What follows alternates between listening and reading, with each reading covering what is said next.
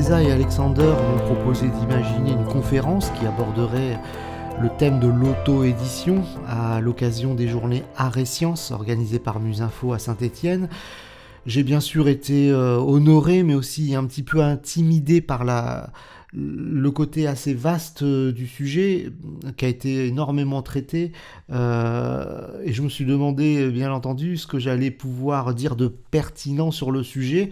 Alors, certes, je ne suis pas un novice en la matière. Depuis mes années étudiantes, j'ai monté et participé à de nombreux projets qui tournaient autour de la production de contenu.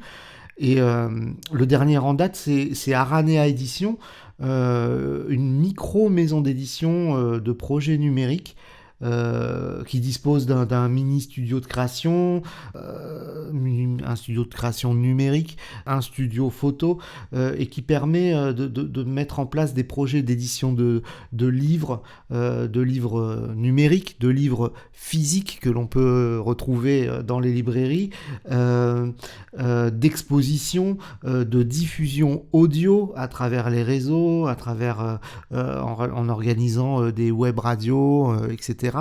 Donc, bien entendu, je ne suis pas un novice, mais j'observe malgré tout que autour de moi, dans le département du Cher, et puis au-delà, il y a une multitude de projets qui existent et qui sont très intéressants, même si parfois la démarche est différente. Et le premier élément donc, que je voudrais vous avancer, c'est que à travers cette conférence, on ne va pas parler de méthodologie, mais plutôt de l'esprit des choses, parce que je considère aujourd'hui que une approche empirique ne constitue pas vraiment une référence absolue et universelle. J'ai pas de méthodologie particulière, mais juste un partage d'expérience à faire à travers cette conférence Covid édition, on va dire, qui est diffusée sur les réseaux. Donc en surfant sur Internet, j'ai découvert qu'il y avait de nombreux experts qui pouvaient expliquer comment ils avaient monté leur business, comment ils avaient, entre guillemets, réussi, encore que je ne sais pas ce qu'on peut mettre derrière le terme de réussite. Alors, ce sont tous des gens très beaux, très bien habillés, très intelligents, ils parlent très vite, ils sont très sûrs d'eux.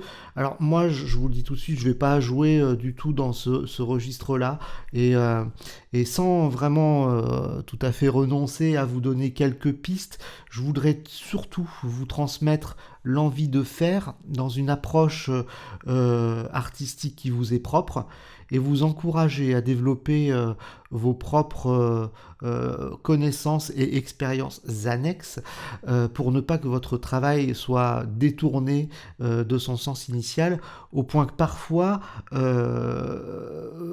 se retrouve à renier son propre travail à force de collaboration décevante et d'exploitation quelque peu indésirable.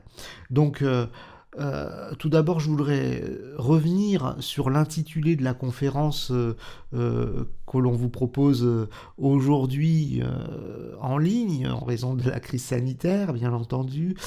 Et je voudrais revenir plus particulièrement sur le thème d'autoproduction et d'auto-édition. Alors, bien entendu, je suis un petit peu le responsable du titre de cette conférence, mais ces termes qui sont un petit peu mal choisis, peut-être par paresse intellectuelle, mais surtout parce que j'ai pas trouvé mieux, mais néanmoins, j'aimerais un peu expliquer qu'est-ce que l'on retrouve derrière ces termes, ces deux termes précis. Alors, lorsque l'on parle d'auto-édition, on pense surtout dans le domaine de la littérature à ces imprimeurs augmentés que l'on trouve à foison sur Internet. Il vous propose, moyennant finance, d'imprimer votre livre avec une ribambelle de possibilités sur le format, sur la qualité du papier. De nombreux services sont également disponibles en option, comme la possibilité de faire réaliser votre couverture ou dans le domaine administratif, la possibilité d'obtenir un numéro ISBN indispensable si vous comptez vendre votre ouvrage. Et notamment les formalités administratives de déclaration à la Bibliothèque nationale de France. Parfois même, vous avez d'autres services d'accompagnement sur le contenu de votre ouvrage, notamment par exemple sur le travail sur les corrections orthographiques, grammaticales. Certaines maisons d'édition offrent un service de relecture et de correction. Alors, vous pouvez inclure dans votre commande des outils de communication pour vendre votre livre. Certaines structures d'édition proposent de vous imprimer des cartes postales et divers gadgets à l'effigie de votre livre pour en faire un petit peu la promotion. Vous choisissez le nombre d'exemplaires voulus. Certains même aujourd'hui proposent l'impression à l'unité, qui est quelque chose de très intéressant. Et voilà, en gros, vous avez écrit votre livre, ensuite il vous suffit de sortir votre carte bancaire, vous trouvez une de ces structures d'auto-édition, qui pour moi sont davantage plutôt des prestataires, mais bon, ils sont appelés sous ce terme-là d'auto-édition, donc on va pas changer l'appellation. Vous sortez votre carte bancaire et en quelques jours, vos ouvrages débarquent par transporteur spécial dans des très beaux cartons bien emballés. Parfait. Mais après, qu'est-ce qui se passe? Alors après, voilà, il va falloir entre guillemets sortir un petit peu de chez vous et parce que vous allez devoir vendre votre livre vous-même. Alors vous allez commencer à le vendre à vos parents, à vos grands-parents, à vos arrière-grands-parents, et puis vous allez élargir un petit peu le cercle à vos voisins et à vos amis. Donc tout ce petit monde bienveillant achètera votre livre avec plaisir. Il ne le lira probablement pas, mais ça faut pas le dire, hein. Donc il le lira probablement pas, mais on vous dira que vous avez du talent, qu'il faut continuer dans cette voie, donc peut-être que ça va vous encourager. Voilà, donc vous pourrez ensuite peut-être même réussir à intéresser un journaliste local pour le faire publier dans la gazette de votre ville. Vous aurez votre petit quart d'heure de gloire auquel chacun a droit, paraît-il, au moins une fois dans sa vie. Et ça vous permettra surtout d'élargir un peu le cercle des personnes auxquelles vous pouvez vendre votre ouvrage et faire connaître un petit peu votre travail. Si vous êtes persuasif, vous parviendrez sans doute à placer votre livre dans la librairie de votre ville. Et puis, n'oublions pas aussi que ces fameuses structures d'auto-édition disposent de leur propre réseau d'édition, en général numérique, hein, très très peu en physique dans les librairies, mais vous avez une certaine visibilité au moins sur le net, sur votre travail. Donc voilà, donc peut-être vous aurez votre libraire fétiche qui acceptera de vendre votre ouvrage, sachant néanmoins que un libraire, voilà, ça prend entre 30 et 40% du prix de vente. Donc et après, que va-t-il se passer? Alors, deux solutions, suivant votre état d'esprit. Donc soit vous êtes parvenu à entrer dans vos frais, vous avez réussi à vendre votre ouvrage autour de vous et l'expérience vous est apparue assez plaisante finalement, et peut-être que vous allez avoir envie de renouveler l'expérience, de sortir 1, 2, 3, 4, 10 livres. C'est une possibilité, et peut-être même qu'en ayant développé votre communauté, vous arriverez à être un auteur qui se fait un nom un petit peu sur les réseaux. Vous aurez développé votre propre lectorat. D'ailleurs, on ne parle même plus de lectorat, on parle malheureusement de communauté de lecteurs. On a l'impression que l'auteur est devenu une espèce de gourou ou de VRP de son propre travail. Et donc ça va vous encourager en gros à continuer dans cette voie, et peut-être qu'un éditeur traditionnel va s'intéresser à vous et que vous allez pouvoir accrocher un éditeur, un éditeur traditionnel qui ne fonctionne pas à compte d'auteur. Deuxième solution, ce travail, même si vous l'avez réussi, même si vous l'avez mené à bien, finalement il vous aura usé parce que vendre votre camelote, vous aimez écrire, mais vendre votre camelote, ça c'est pas forcément votre truc. Le résultat, la mise en page, les choses, il y a des choses qui vous auront pas forcément satisfaites, même si globalement vous serez sûrement satisfait parce que la qualité de ces auto-éditeurs est très très correcte, mais bon voilà, vous aurez peut-être envie de tourner la page, vous avez réalisé un rêve personnel et peut-être que vous avez envie d'en réaliser d'autres et de mettre en place de nouveaux projets comme je sais pas moi, la construction d'une fusée écologiquement responsable pour aller sur la Lune ou autre chose. J'ai l'air un peu de décrier l'auto-édition, mais en fait, c'est pas du tout le cas, vous allez le voir. Je voudrais m'attarder sur ce thème, cette méthode de l'auto-édition. C'est une solution qui peut être amusante lorsque l'on débute, lorsqu'on ne sait pas trop quoi faire de ses écrits, lorsqu'on ne connaît pas le système et les rouages de l'édition. C'est pas facile, c'est un milieu très très fermé. Il faut savoir aussi que à peine 1% des manuscrits sont retenus par les éditeurs, donc même si vous réalisez un très très bon travail, il y a des chances que vous ne soyez pas édité par cette voie-là et que vous n'avez pas forcément envie que votre travail reste dans votre tiroir, vous avez envie de le partager, c'est naturel, voilà, c'est quelque chose de naturel, donc ça peut être presque une démarche initiatique et qui va vous aider dans votre travail. Alors c'est une solution qui nécessite, je le précise, un investissement initial, c'est à compte d'auteur, vous payez pour sortir vos livres, alors que l'esprit d'un éditeur, c'est l'éditeur qui va s'occuper de l'édition, de la promotion de votre livre, et normalement vous êtes censé gagner de l'argent, même si c'est compliqué dans le domaine de l'édition, mais voilà, vous n'êtes pas censé payer pour pouvoir faire connaître votre travail. Donc c'est une démarche un petit peu particulière, mais qui n'est pas mauvaise, je vais en parler peut-être un petit peu plus loin. Donc voilà, sur le coût initial, je voudrais aussi tempérer, c'est que avec les impressions numériques et aussi avec la possibilité de sortir les ouvrages à l'unité, le coût d'investissement est relativement faible. D'ailleurs, les études montrent que un auteur qui s'auto-édite gagne souvent plus d'argent, ou en tout cas retrouve son investissement plus facilement qu'avec l'édition traditionnelle. Dans l'édition traditionnelle, je vous rappelle, vous signez un contrat, vous percevez un avaloir, donc c'est une sorte d'avance sur les ventes, et si vous ne vendez pas autant que prévu par votre éditeur, cet avaloir ne peut pas vous être réclamé. Donc vous avez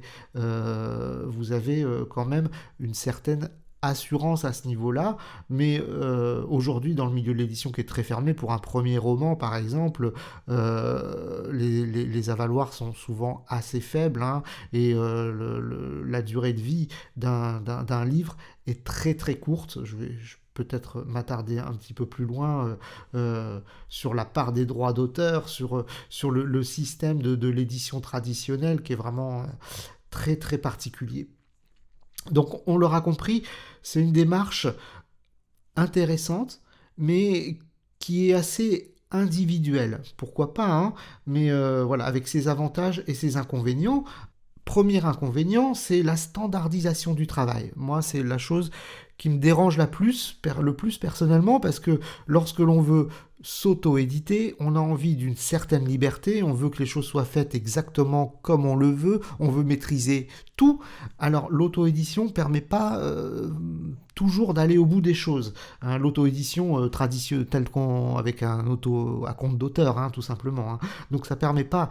Bien entendu, vous avez beaucoup d'options sur le papier, sur le caractère, les polices de caractère, mais au final, vous vous rendez compte très vite que tout ça est très figé. Ça vous laisse pas beaucoup de place pour un projet original. Voilà, imaginez par exemple que vous vouliez faire faire un livre papier, et que dans la couverture de ce livre, vous vouliez mettre une sorte de puce Bluetooth avec une petite carte mémoire qui, dès que vous ouvrez le livre, permettrait de se connecter automatiquement à votre chaîne Hi-Fi ou à votre télé, et qu'il y aurait une petite caméra qui serait fixée sur le livre, qui détecterait le mouvement de vos yeux et qui diffuserait des images et des sons en fonction de ce que vous êtes en train de lire. Ça, vous pouvez pas le faire. Parce que sur Internet, les auto-éditeurs ne prévoient pas ce type de projet un petit peu fou. Très clairement, hein, les structures d'auto-édition qu'on trouve sur Internet, elles vous permettent de faire un livre avec des pages et une couverture, c'est tout. Et j'en viens donc au deuxième élément un petit peu négatif de ce type d'édition, c'est que vous êtes seul avec vos cartons de livres.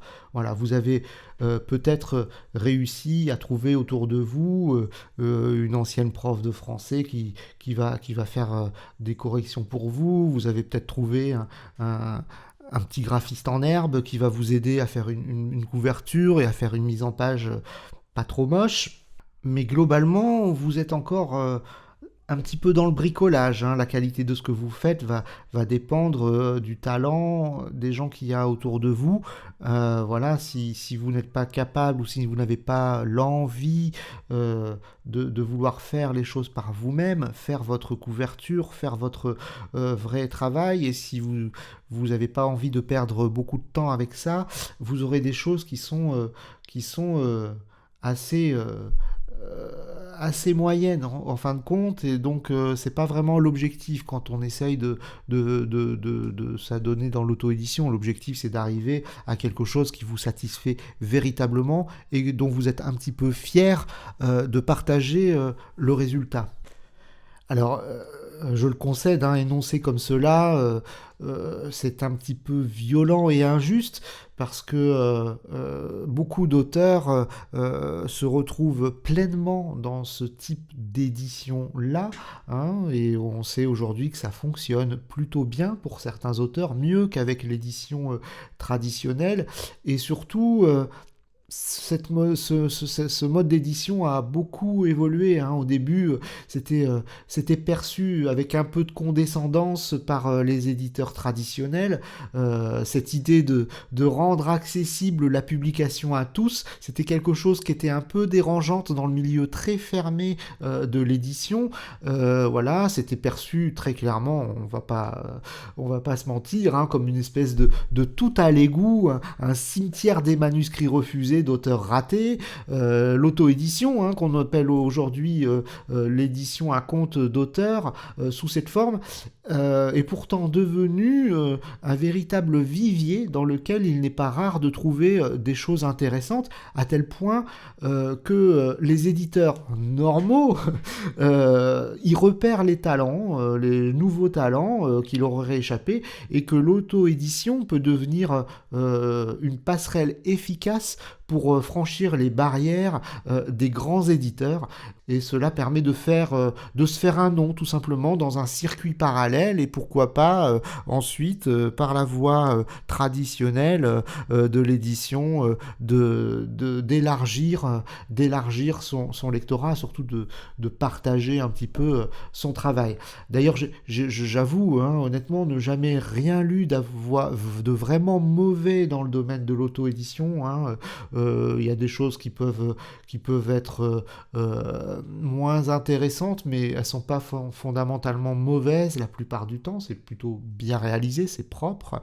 Donc je pense que la proportion de mauvaises choses doit être à peu près identique à celle que l'on trouve auprès des grands éditeurs, avec leurs ouvrages prêts à consommer d'hommes politiques en mal de crédibilité, de stars de télé-réalité, ou de fils à papa qui connaît toutes les bonnes adresses pour pouvoir se faire éditer et réaliser son rêve d'enfant. Donc voilà, il y a autant, je pense, aujourd'hui de mauvaises choses dans l'auto-édition que dans l'édition traditionnelle. Donc c'est pas une démarche qui est inintéressante, mais ce n'est pas de cette démarche d'auto-édition dont j'ai véritablement envie de vous parler et que l'on expérimente avec Aranea Édition. L'auto-édition dont j'ai envie de vous parler, ça serait plutôt une forme de structure participative montée sur mesure par des collectifs d'artistes, d'auteurs, de musiciens, de photographes qui auraient quelques affinités et qui aspireraient à une démarche moins individualiste et auraient envie de tenter des choses sortant un petit peu des standards.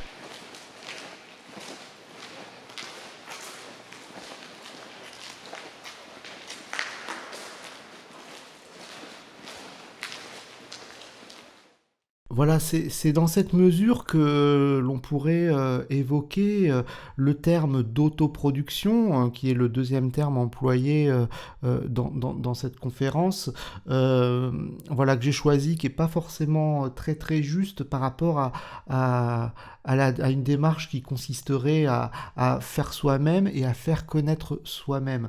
Parce que ce terme regroupe des éléments qui peuvent... comment dire, ne pas être en adéquation avec la démarche, la philosophie de ce que l'on veut faire dans la production, dans la réalisation, dans l'auto-réalisation artistique. Donc je ne sais pas si je vais être très très clair, je vais essayer de m'exprimer du mieux possible, mais je vais me permettre... tout d'abord une digression sur la notion de production artistique, car c'est très important, me semble-t-il, car c'est la façon dont on va penser la production artistique qui est fortement liée à la façon de la faire. Donc, pour entamer cette digression, je vais un petit peu parler un petit peu de ce qui agite le milieu culturel actuellement. Vous savez que dans le cadre de la crise sanitaire, les auteurs, les musiciens, les photographes, les sculpteurs, les peintres se retrouvent un petit peu coupés de leur public. Ils ne peuvent pas rencontrer leur public dans les théâtres, ils ne peuvent pas diffuser leurs œuvres, c'est très difficile pour le spectacle dont on dit, voilà, qu'on dénomme le spectacle vivant.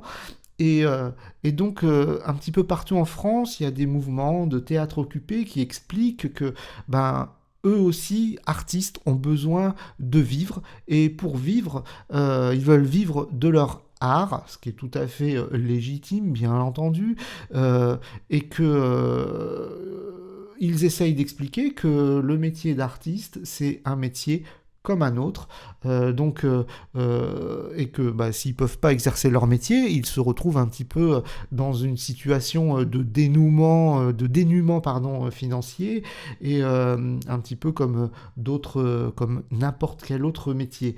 Donc voilà, nous sommes tous à peu près d'accord là-dessus pour reconnaître cette situation, mais en raisonnant en termes de métier, en expliquant que le travail d'artiste, c'est avant tout un métier, on en arrive à une sorte de piège. C'est un sophisme, hein.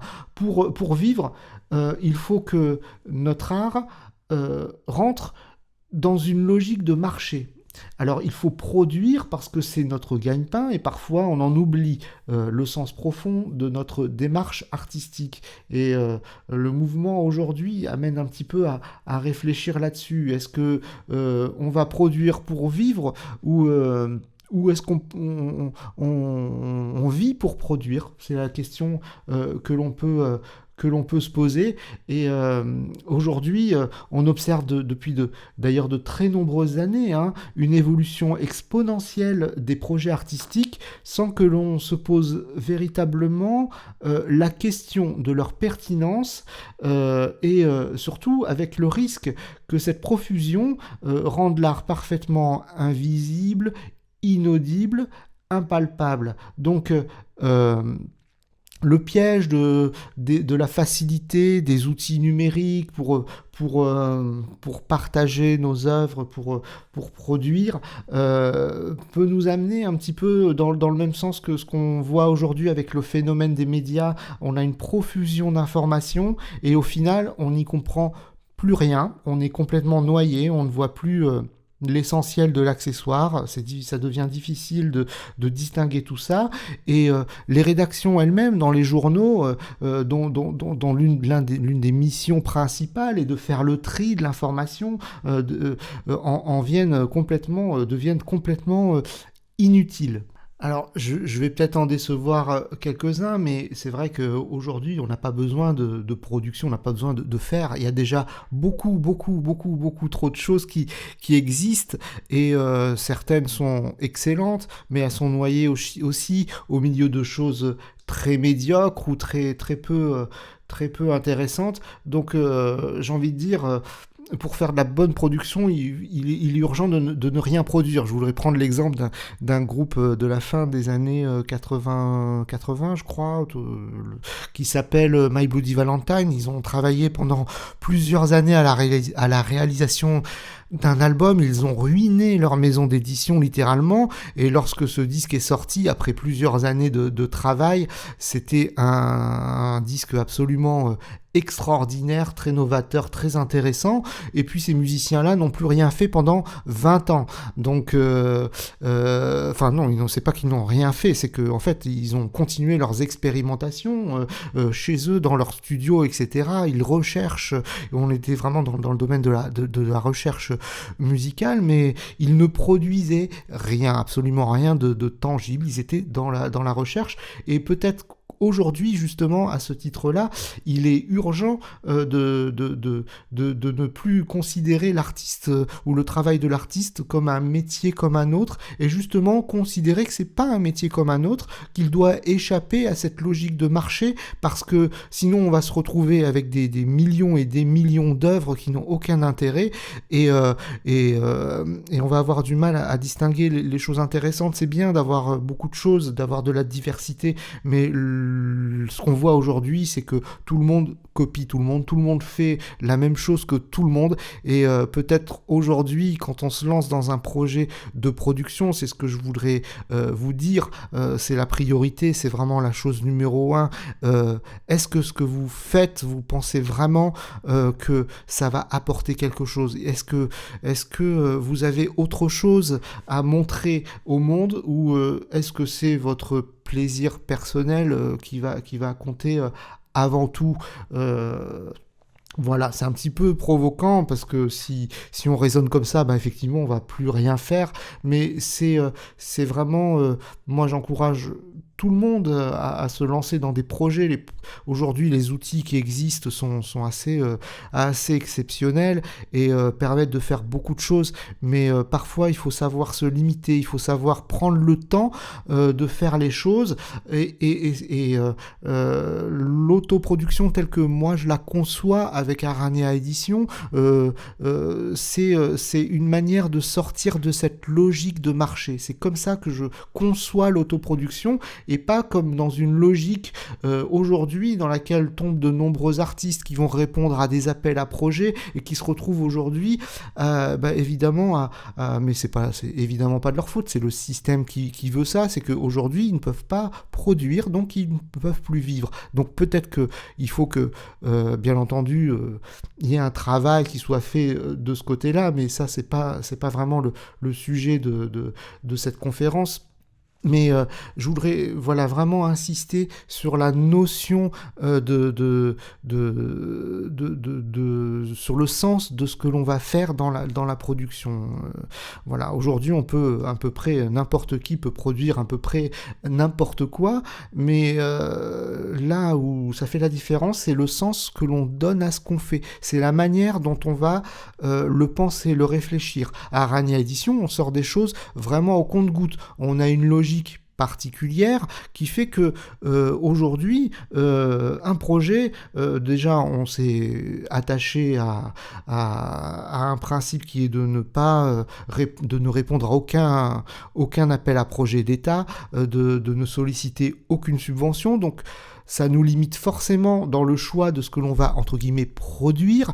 Ça nous amène à vraiment réfléchir à ce qu'on va faire, à la démarche que l'on va à accomplir dans le processus de réalisation de nos œuvres et de nos travaux, et donc à prendre beaucoup de temps pour arriver à faire aboutir quelque chose. Donc dans la démarche de production, il y a une notion, moi, sur laquelle j'insiste, il est indispensable, indispensable d'arriver à une forme de lenteur de ce que l'on fait, parce qu'on va aller dans la recherche. Moi, j'ai pas envie de produire des livres. On répond pas, par exemple, sur les manuscrits qu'on peut recevoir.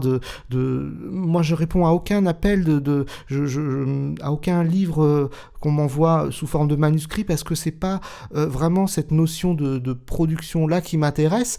C'est vraiment autre chose. C'est dans une démarche de recherche, essayer de présenter des choses qui n'existent pas, ou alors de les mettre sous des formes un petit peu étranges. Voilà, je vous cache pas qu'il y a aussi la notion d'expérimentation qui est intéressante. Expérimenter, c'est vraiment essentiel dans le travail, rechercher, et le travail, c'est comme voilà, vous savez, la recherche, il y a beaucoup de choses, et on recherche et on trouve pas forcément quelque chose. Donc pourquoi produire avec quelque chose qui n'est pas abouti? Donc voilà, c'est vraiment une chose sur laquelle je voudrais insister. C'est pourquoi j'aimerais vous lire l'extrait d'un texte qui est paru il y a pas si longtemps que ça, hein, le 29 mars 2001, un texte de Thibaut Croisy qui évoque justement cet élément important, cet élément de réflexion sur la production, et je dirais sur la surproduction artistique. Je vous en lis tout de suite un petit extrait. Il y a plusieurs années, alors que je commençais à faire de la mise en scène et qu'un théâtre m'avait sollicité pour donner un workshop, j'avais imaginé un projet intitulé « Réduire l'offre ». Ironique, le titre était moins un mot d'ordre qu'une tentative éperdue pour enrayer une offre culturelle qui m'apparaissait comme exponentielle et porter un coup d'arrêt à cette inflation d'ateliers, de stages, dont l'objectif me semblait être de faire quelque chose aux gens, c'est-à-dire de les occuper, les sensibiliser, les divertir au sens étymologique du terme, les détourner de l'ennui. Alors, j'avais pris le contre-pied de cette tendance et proposé à un petit groupe de se réunir pour ne rien faire, dormir, rêver, ce qui ne manquait pas de questionner chacun sur le dispositif culturel dans lequel il était pris. Un peu plus loin, dans le texte, Thibaut Croisy évoque le coup d'arrêt dans la culture lié à la crise sanitaire, et il écrit ceci. Assurément, c'est une drôle de situation. Mal vécue par certains parce qu'elle les prive, au-delà de l'expérience esthétique, d'une sociabilité qui était source de plaisir. Organiser sa soirée, patienter dans une file d'attente, même si c'est un peu long, retrouver des amis, boire un verre à l'entracte, s'ennuyer à la fin du spectacle, commenter, critiquer, raconter ce que l'on a vu et se distinguer socialement parce que l'on jouit d'un bien qui n'était pas réservé à tous. C'est là un jeu mondain qui nous manque, et qui semble tellement nous manquer qu'il est permis de se demander si ce n'est pas d'abord ce jeu qui fait défaut à certains. Non pas tant les œuvres donc, mais un environnement culturel confortable, une machine bien huilée dans laquelle on aimait passer et repasser parce qu'elle donnait le sentiment d'appartenir à un milieu, à un rang, et d'être enfin quelqu'un. Feu vert pour la culture, a-t-on d'ailleurs entendu ces derniers temps, comme si l'essentiel était juste de reprendre le trafic, les flux, et de rouler à toute allure, comme avant, indépendamment de la destination.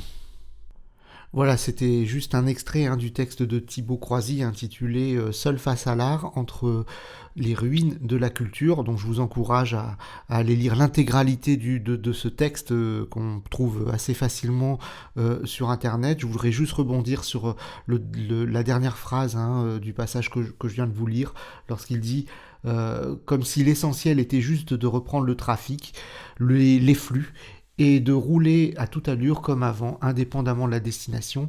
Je voudrais dire que Si au moins la crise sanitaire pouvait avoir comme vertu de nous amener à réfléchir sur nos pratiques culturelles, sur notre rapport à la culture pour la libérer de la tyrannie de la restitution publique pour les uns et de la distraction pour les autres, on n'aurait pas tout perdu de cette période qui remet en cause la routine de nos vies.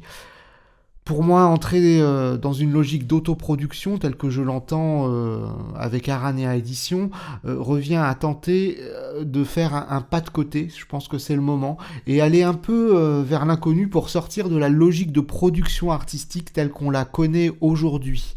Un artiste ne devrait pas se sentir obligé de produire pour survivre, et le rôle d'une maison d'édition ne devrait pas être de transformer un objet culturel en objet commercialement consommable, mais d'accompagner l'artiste dans sa démarche jusqu'à ce que ses essais et ses multiples échecs aboutissent à des œuvres majeures qui méritent d'être montrées au public. Je voudrais juste vous donner quelques chiffres dans le domaine de la production littéraire pour vous permettre de véritablement mesurer l'impérieuse nécessité de ce questionnement. Aujourd'hui en France, chaque jour, 200 livres sont publiés, 200 livres par jour. Ça signifie que la durée de vie commerciale d'un livre est extrêmement courte. Un livre reste seulement quelques semaines sur les étals de nos libraires et disparaît comme par magie. Seuls ceux qui se vendent le plus restent un petit peu plus longtemps. Donc on voit bien que c'est devenu dramatique, car même dans le domaine de la littérature, on pensait qu'un livre c'est quelque chose qui reste à travers le temps. En fait, un livre ça devient quelque chose d'extrêmement volatile comme un pot de yaourt, comme n'importe quoi en fait. Donc on est vraiment là dans le domaine de la surproduction littéraire qui fait que en fait on ne s'y retrouve plus. Un premier roman se vend en moyenne à 500 exemplaires. Ce chiffre inclut les livres des grands éditeurs comme Gallimard par exemple, et il inclut également bien entendu les pseudo-livres de stars de télé-réalité, d'hommes politiques qui ont tendance à se vendre beaucoup plus, et puis également des auteurs à succès comme on dit. Donc vous voyez, ce chiffre moyen est compliqué à interpréter puisqu'il y a beaucoup de livres qui se vendent à moins de 500 exemplaires, y compris chez les gros éditeurs. Le tirage moyen d'un livre, il est de 5000 exemplaires. Donc imaginez les invendus, imaginez le nombre de livres qui retournent, qui vont être détruits, recyclés, pour en faire d'autres. Voilà, les éditeurs aujourd'hui, pour vivre, joue sur les quantités, des quantités énormes de livres qui sortent, il les jette en pâture au lecteur, et puis ensuite il voit ce qui marche pas, et puis voilà comment fonctionne le système. C'est un système totalement aberrant.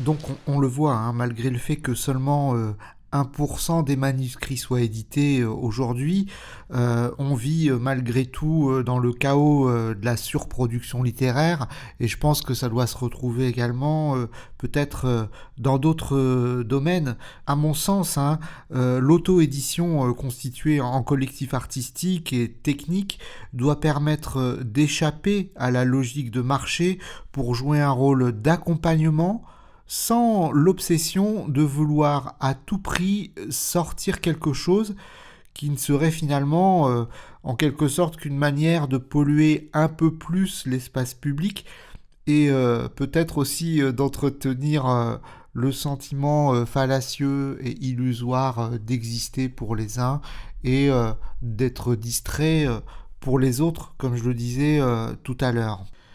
J'ai envie de vous dire que si l'autoproduction consiste simplement à reproduire des choses existantes, mais juste à les faire soi-même en ayant la prétention d'être plus indépendant, ou tout ça, pour moi, ça me paraît un petit peu voué à l'échec. Je vais vous donner un exemple vécu à travers Aranea Édition et qui va peut-être vous faire comprendre un petit peu le cheminement de tout ça.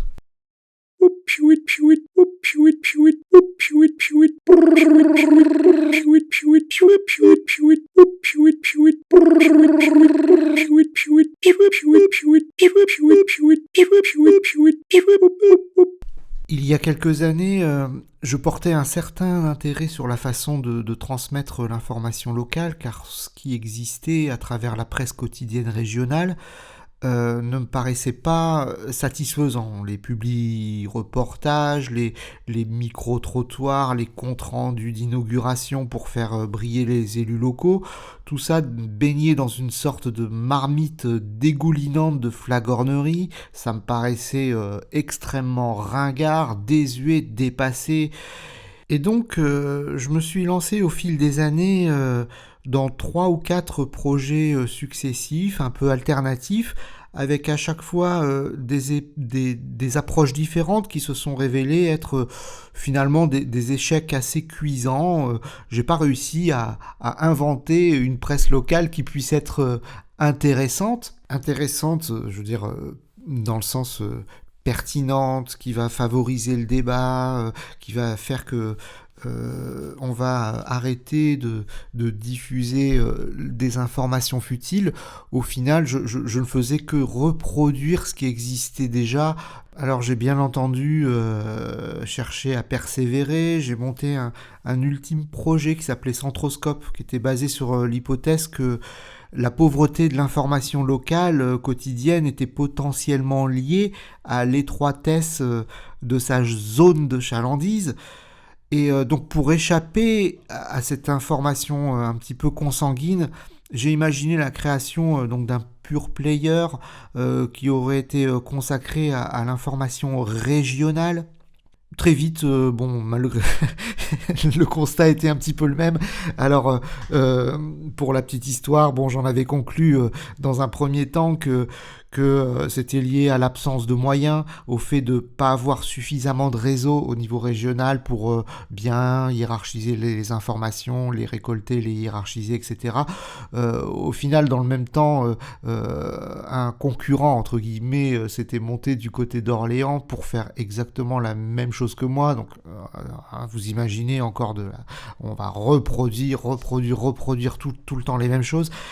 Et lui-même avait beaucoup plus de moyens, puisque j'avais cru comprendre que c'était un retraité de la presse quotidienne régionale, qu'il avait des contacts un petit peu partout. Finalement, le résultat était aussi mauvais, voire en tout cas, je veux pas dire pire, bien entendu, mais enfin, en tout cas, c'était pas terrible, faut être très clair.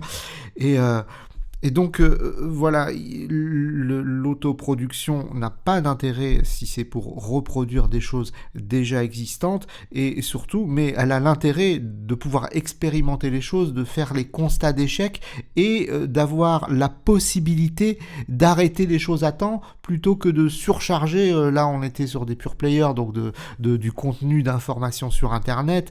On le voit bien aujourd'hui, la surproduction de l'information est un véritable problème. Et vouloir rajouter, même dans une démarche alternative, une sorte de couche supplémentaire, ça devenait vraiment stupide.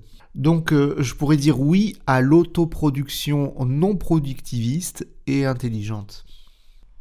Pour revenir sur l'édition littéraire, j'observe qu'on y trouve aujourd'hui, heureusement, de nombreuses approches possibles, qui sont souvent intéressantes. Je voudrais évoquer un seul exemple, celui d'une maison d'édition qui a une approche assez différenciée. Il s'agit des éditions Face Cachée. Donc la différence, elle se situe chez eux dans leurs choix éditoriaux et dans leur démarche d'accompagnement dont je parlais tout à l'heure, qui permet de décloisonner le milieu de l'édition et de mettre en avant des auteurs qui reflètent véritablement la diversité de la société française d'aujourd'hui et qui choisissent délibérément de publier peu mais de publier mieux. Donc quand je parle de refléter la diversité de la société française aujourd'hui, c'est que aujourd'hui les auteurs, on voit c'est souvent des milieux de l'enseignement, souvent les auteurs qui habitent dans les cités, les ouvriers, ils ont un accès difficile à la littérature, en tout cas ils sont pas moins bons souvent, mais ils connaissent pas les milieux, ils savent pas comment intéresser une maison d'édition, donc c'est toujours beaucoup plus dur pour eux. Et cette maison d'édition là, elle s'attache justement à essayer d'ouvrir et d'empêcher cette situation dans la littérature française qui est très très très très fermée. L'approche différenciée, elle peut s'exercer aussi d'une autre façon, dans la manière de promouvoir un auteur. Au sein d'Aranea Édition, nous avons édité 2 recueils de poésie d'un auteur qui s'appelle Rémi Beurion. Mais au-delà de ça, c'est dans la démarche pour promouvoir le livre, parce qu'ensuite il faut le défendre. Donc on ne défend pas pour moi un livre simplement en inondant les libraires, mais en faisant du bourrage de crâne et de la hashtagisation des esprits sur les réseaux sociaux. Donc le choix qui avait été fait et qui était vraiment une volonté de l'auteur, c'était que plutôt que de s'inscrire dans un circuit classique d'une présence dans des salons littéraires mortifères, ce sont des lieux pour moi c'est le compost littéraire malodorant, un peu nauséabond, l'entre-soi pédant. L'auteur donc Rémi Beurion avait choisi une autre approche qui était d'aller à la rencontre de ses lecteurs, de ses futurs lecteurs ou de ses non-lecteurs, d'aller sur d'autres lieux tels que alors on a fait un salon de coiffure, un garage automobile, un lavomatique, on a même fait le trottoir, on a devant une librairie qui était en liquidation judiciaire. Donc c'est vraiment des choix différents qui visent à trouver un autre public, qui permettent aussi de décloisonner la littérature, de la rendre, de montrer que c'est pas quelque chose qui est réservé à une pseudo-élite, mais que ça peut intéresser tout le monde. Même un travail d'une grande exigence doit s'adresser à tous. Si l'on résume, l'autoproduction ou l'auto-édition peut être un choix pertinent sous réserve d'une réflexion approfondie sur nos choix et sous réserve de ne pas chercher à reproduire le système productif culturel et de vouloir en quelque sorte réinventer la roue. La vertu principale de l'autoproduction, vous l'aurez compris, car la notion a été présente en filigrane de toute cette conférence, c'est la liberté de contrôle quasi absolue sur ce que l'on va rendre public. Il n'y a rien de pire que de voir son travail dénaturé par des personnes qui croient savoir, mais qui n'ont rien compris au final à l'essence de votre démarche. Je vous expose juste un petit exemple vécu. Je suis passé il y a quelque temps par un grand éditeur pour publier un livre qui racontait le chemin de vie d'une personne qui a vécu ce qu'on appelle communément la double peine. Donc la double peine, c'est lorsqu'une personne qui n'est pas de nationalité française commet un délit, elle peut être amenée à subir une peine de prison comme tout citoyen, mais en plus, en prime, malheureusement, elle peut être aussi expulsée vers son pays d'origine. Donc contrairement à une idée parfois véhiculée par les médias, cette loi n'a pas été abolie, mais simplement son champ d'application a été fortement diminué, et il n'en reste pas moins qu'elle peut provoquer de manière exceptionnelle des situations familiales et personnelles assez complexes et dramatiques. Donc j'avais entrepris d'écrire ce livre à la première personne du singulier en recueillant le témoignage d'une personne qui avait vécu cette problématique de la double peine, cette expérience assez délicate. Et voilà, cette personne n'avait pas la capacité d'écrire un livre elle-même, donc elle m'avait sollicité pour l'écrire à sa place, en essayant d'être bien entendu le plus fidèle possible par rapport bien sûr à la réalité vécue.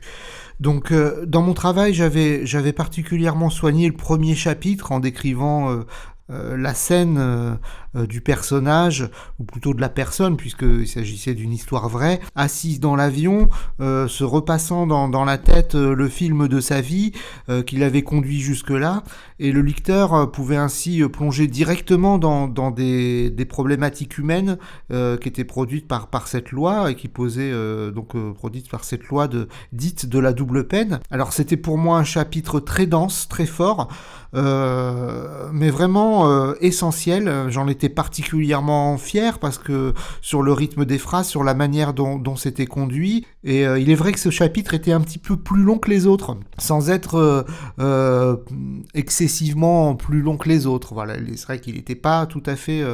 il faisait quelques pages de plus.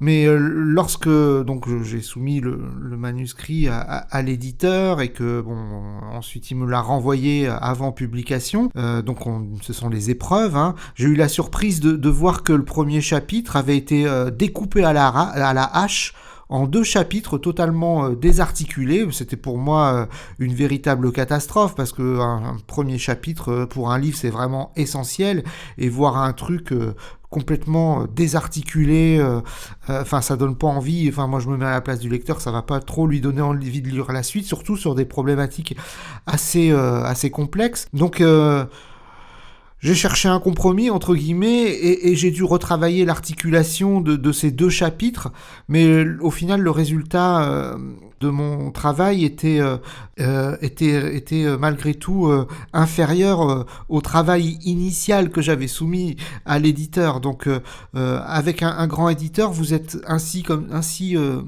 amené à faire des compromis qui vont parfois diminuer, et c'est assez terrible, hein, la force de votre ouvrage, uniquement pour, comme on le voit ici, un problème de forme ou de respect des standards qui sont, en l'occurrence, dans le cas présent, parfaitement stupides. Il faut savoir que ce genre de situation n'est pas rare, hein. J'ai trouvé des témoignages d'auteurs, et pas des moindres, obligés par leur éditeur de réécrire entièrement leur livre pour changer le point de vue d'un récit, ou pour modifier même le dénouement de l'histoire. Alors la plupart du temps, ces modifications sont demandées pour, entre guillemets, plaire au public, parce que cela correspond entre guillemets à ce que le public attend. Donc on fait du lecteur un consommateur un peu idiot, qui n'aime pas être surpris, qui se complaît dans ses habitudes de lecture, et ça c'est un vrai problème. L'autoproduction vous permet d'éviter ce genre de déboires et de faire les choses exactement comme vous le souhaitez, sans vous soucier des standards. Autre avantage de l'autoproduction, et je ne vais pas m'étaler trop là-dessus, vous allez apprendre beaucoup de choses et étendre vos compétences dans de multiples domaines. Vous allez ainsi maîtriser par la pratique tous les rouages de l'édition. Il s'agit d'une chose importante en tant qu'auteur, car cela vous permettra de comprendre certains interlocuteurs techniques comme le maquettiste PAO ou un développeur web, un diffuseur, un graphiste. C'est aussi vrai, je pense, dans le domaine de la musique, pour le mixage ou le mastering par exemple. Donc vos choix seront véritablement éclairés, et vous saisirez mieux le jargon des experts qui vous conseillent et vous accompagnent dans votre travail. Donc à présent, outre le risque de concourir à la surproduction artistique pour finalement produire du rien, y a-t-il d'autres travers potentiels dans le do-it-yourself ? Alors oui, il y en a. Alors si vous entrez dans une logique artistique non productiviste, vous allez vous confronter à une question essentielle: comment allez-vous faire pour vivre dans ce monde marchand ? Alors vous pouvez toujours vous transformer en homme des bois, aller construire votre cabane dans une lointaine forêt, vivre de la cueillette en ermite, et lancer de temps en temps à la face du monde obscur et sauvage quelques-unes de vos œuvres, comme on lancerait un bout de barbac à des tigres féroces. Ça existe. En Russie, par exemple, j'ai trouvé un ancien brillant avocat qui s'est retiré dans les fins fonds de la Sibérie. Il a construit sa cabane, il a développé son propre système pour pouvoir vivre avec un petit peu d'électricité et le strict nécessaire et un minimum de confort de vie. Il vit entouré de livres et de temps en temps, il publie son travail. Donc c'est possible. Mais bon, plus généralement, ce qu'on trouve aujourd'hui, c'est la solution du job alimentaire ou de l'emploi dans votre domaine de compétences. Par exemple, si vous êtes prof de français, quand vous êtes auteur, ça se trouve assez régulièrement. Ou vous êtes prof de musique, lorsque vous êtes compositeur ou musicien. Donc charge à vous d'établir le meilleur rapport possible entre le temps que vous perdez à gagner votre vie et le temps dont vous avez besoin pour parvenir à réaliser une œuvre aboutie qui vous donne satisfaction. Et puis, n'oublions pas aussi que vous allez peut-être réussir tout simplement, même si vous avez développé votre système non productiviste, peut-être que vous allez réussir à vivre de vos œuvres. C'est pas inenvisageable. Il y a de nombreux cas comme ça. Et donc voilà, c'est vraiment à vous d'essayer d'inventer votre propre modèle puisqu'il n'existe pas réellement aujourd'hui et c'est ça qui est enthousiasmant. Alors bien sûr, il y a une autre solution mais qui est encore pas existante dans la société. On parle beaucoup de la création d'un revenu universel qui permettrait à tous de s'adonner à ce pourquoi ils se sentent véritablement faits. Voilà, mais ça, on ne sait pas au final si ça va se réaliser, à quelle échelle et selon quels critères. L'ultime danger qui nous guette dans l'autoproduction, c'est celui de la procrastination auquel on peut être plus ou moins exposé en fonction de notre nature profonde. Alors c'est un élément à prendre particulièrement en considération dans le domaine de l'écriture qui exige une forme de régularité. Sans régularité, un projet d'écriture est vite mort. Donc pour vous aider, il existe aujourd'hui de nombreux outils de planification, mais qui peuvent aussi avoir l'effet pervers de vous empêcher d'avancer. Ce sont des outils vraiment pratiques, faciles d'accès, très agréables à utiliser, tellement agréables que l'on peut passer des heures et des journées entières à planifier son travail sans jamais passer à l'action. Donc je sais de quoi je parle, hein. Donc n'hésitez pas à préférer les outils sous licence libre et à essayer, si vous le pouvez ou si vous avez vraiment envie de vous y mettre, à créer vos propres outils de travail. Cette conférence touche à sa fin, je me suis efforcé d'être le plus succinct possible pour ce format en ligne. Je conclurai en évoquant un bel exemple de réussite dans l'autoproduction, c'est celui de Musinfo qui organise les journées Arts et Sciences, qui sont nées à Bourges et continuent désormais de grandir à Saint-Étienne, en créant le Sampo pour élargir les possibilités des instruments acoustiques avec des solutions accessibles au grand public, sans transiger sur l'exigence de qualité. Musinfo a développé un beau projet qui continue de s'améliorer et qui s'exporte dans tous les conservatoires de France et d'Europe. C'est un projet intelligent, évolutif, et c'est à cela que doit servir une démarche d'autoproduction. Construire des projets élitistes à la portée de tous. Merci Alexander, merci Teresa, merci aux organisateurs des Journées Arts et Sciences, merci aux millions d'internautes qui ont suivi jusqu'à la fin cette conférence. Je sais que sur internet, les rois de l'audience, ce sont les chats et la pornographie. J'espère donc ne pas avoir déçu trop de monde en n'ayant pas recours à ce type de subterfuge pour obtenir du temps de cerveau disponible. J'ai essayé, je l'avoue, mais le résultat n'était pas très concluant. Donc voilà, comme le disent avec entrain les youtubeurs, n'hésitez pas à liker, partager et commenter. Merci à toutes et tous. À très bientôt dans un monde intelligent d'auto-réalisation.